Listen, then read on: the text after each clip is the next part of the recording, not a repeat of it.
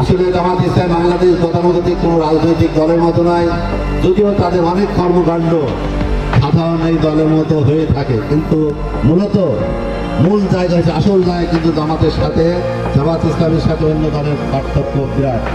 সেটা হচ্ছে জামাত ইসলামের মূল লক্ষ্য হচ্ছে তারা এই জমিনে আল্লাহর এই জমিনে আল্লাহ দিনকে আল্লাহ আইনকে প্রতিষ্ঠিত করতে চায়। এই হচ্ছে মূল লক্ষ্য। এই লক্ষ্যকে সামনে নিয়েই জামাত ইসলাম 1941 সাল থেকে ঐক্যবাদী বিভিন্নভাবে প্রচেষ্টা, আন্দোলন, সংগ্রাম চালিয়ে যাচ্ছে। এই ধারাবাহিকতায় আমরা যত রকমের জুলুম, অত্যাচার, জেল, আমাদের শীর্ষ 11 জনের নেতৃত্বকে হত্যা করা হয়েছে, শহীদ করা হয়েছে।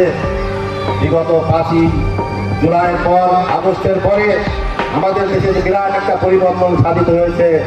এই পরিবর্তনের ফলেই জামাত ইসলামে আজকে সবার কাছে পরিচিত হয়েছে, দেশে বিদেশে আজ সবাই বুঝতে পেরেছে জামাতে ইসলামী কি করেছে এতদিন। আমাদের বিরুদ্ধে অতীতে যত সরকার এসে প্রত্যেকেই আমাদের বিরুদ্ধে বিভিন্ন ট্যাগ লাগিয়ে আমাদেরকে দমন করার চেষ্টা করছে। এতে করে তারা নিজেরা এবং তাদের যে প্রচার বিভাগটা তারা এমনভাবে ব্যবহার করেছে, কখনো রাজাকার, কখনো পাকিস্তান বিরোধী, কখনো জঙ্গি, কখনো স্বাধীনতা বিরোধী, এভাবে তারা আমাদেরকে লাগিয়ে আমরা জনগণ থেকে আমাদেরকে বিচ্ছিন্ন করা হয়েছিল। কিন্তু আজকে বিপ্লবের পরে আজকে জনগণ দেখতে পাচ্ছে জামাতে ইসলামের 11 জন শীর্ষ নেতৃত্ব শহীদ হওয়ার পরেও, শত শত হাজার হাজার কর্মী জেল জুলুম নির্যাতন করার পরেও আমাদের কোনো কর্মী, নেতা তো দূরের কথা, পুরো কর্মী কি পাকিস্তানে পালিয়ে গেছে? অথচ একটা দলের দেখেন আজকে তাদের নেতা থেকে আরম্ভ করে কর্মী শুধু রাতের অন্ধে কোথায় গিয়ে পালিয়ে গেছে।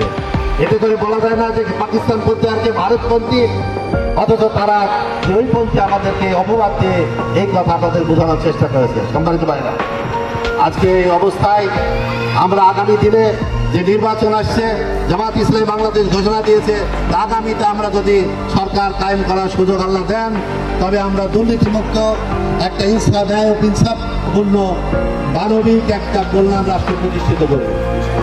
এই রাষ্ট্র যদি আমরা প্রতিষ্ঠিত করতে পারি, মানুষ তাদের ন্যায্য অধিকার ফিরে পাবে, ন্যায় বিচার পাবে, অফিস আদালতে তারা ঘুষ বাণিজ্য বন্ধ হয়ে যাবে, প্রতিটা জায়গায় রাষ্ট্রীয় যত সুযোগ সুবিধা, রাষ্ট্রীয় যত সেবা সব জনগণের দোল প্রয়োগ করতে চাইবে ইনশাআল্লাহ।